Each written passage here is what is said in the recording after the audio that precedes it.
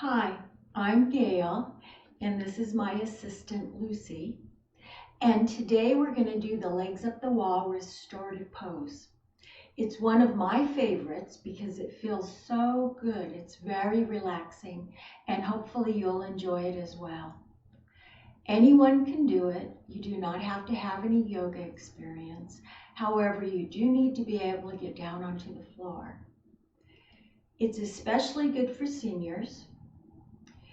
It's almost as beneficial as the more difficult shoulder stand or headstand, but it's easier to do and doesn't put any pressure on the neck.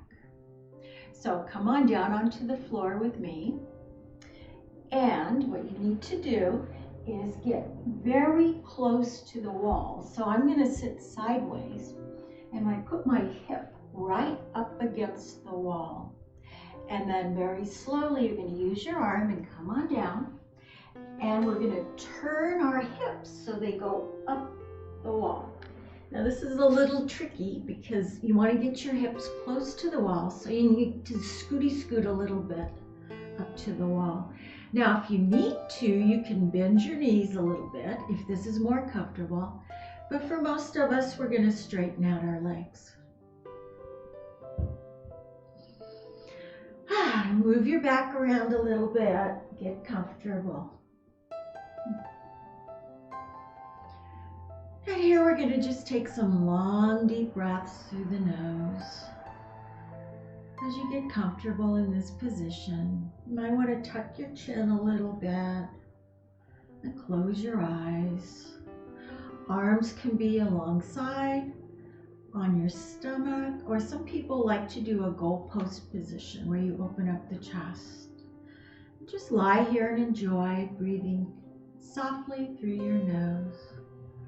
You see Lucy's here helping. So getting your legs above your head has many therapeutic benefits. It increases blood flow and circulation. It relieves tired legs and feet, especially if you've been doing a lot of walking or standing. It's also a good remedy for swollen legs. It reduces water retention in the feet and the legs. So continuing to enjoy this pose, let's just do some nice, easy ankle circles. As you move your feet around, doesn't matter how. No. Same direction and switching.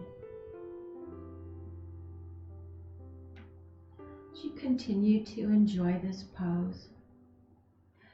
You can do this pose anytime you want to relax, but it's especially good at night when you can't sleep. And 10 to 15 minutes is best. Now we can continue to stay like this, or we can add some stretching. Stretching increases relaxation by releasing physical tension in the body. This legs up the wall sequence relaxes the nervous system, calms the mind, and reduces anxiety.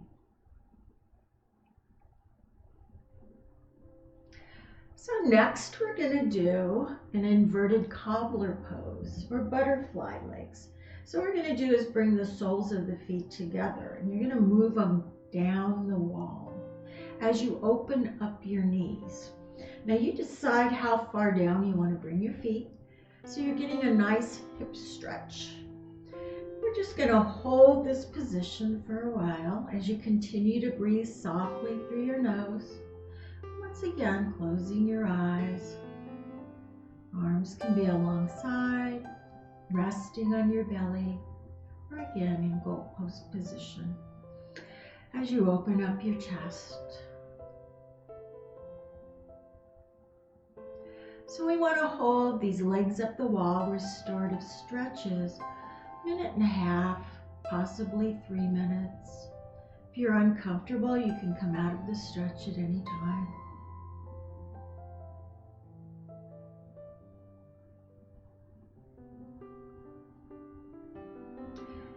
And then in between the stretches, go ahead and bring the legs back up to the wall, to our default position. Continuing to breathe through your nose and relax.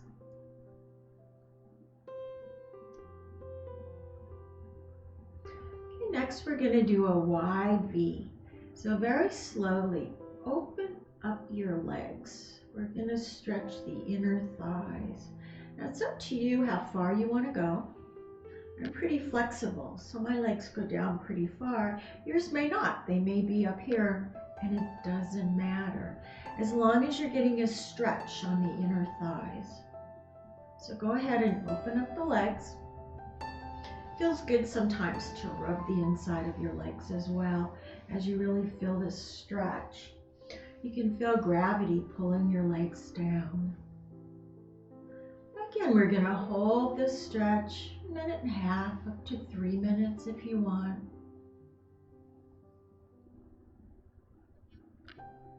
And relaxing shoulders, tucking your chin, breathing softly through your nose.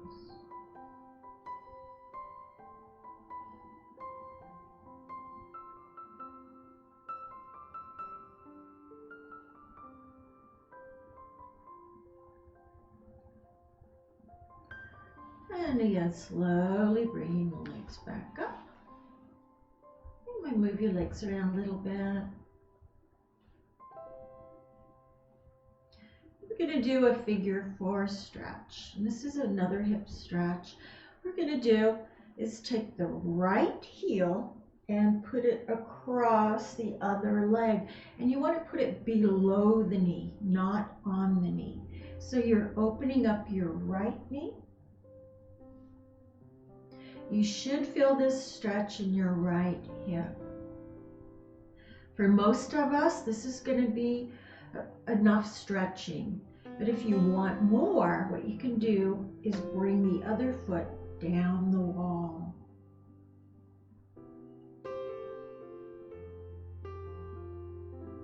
Now for me, keeping the other leg straight and opening up the right knee is just enough.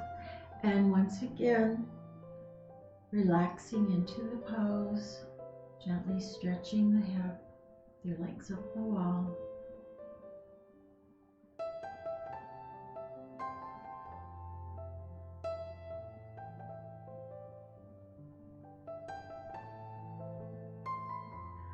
And then we're going to release the pose. You might want to bring your feet down a little bit, take knees from side to side. And then we're going to stretch the other hip. So straightening out the legs, bringing the left heel onto the right leg. Once again, below the knee, not on it. And opening up the left knee. And if you want to, you're going to bend the other knee, which intensifies the stretch. But for most of us, this is fine. Again, relaxing shoulders, tucking your chin, lengthening your neck, closing your eyes, breathing softly through your nose.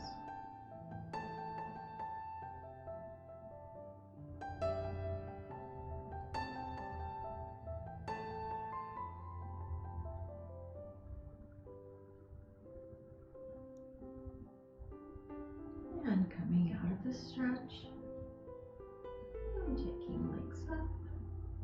Once again, you might want to take your knees from side to side, but now I'm going to push away from the wall a little bit as I take my knees from side to side and hug them in and just rock from side to side.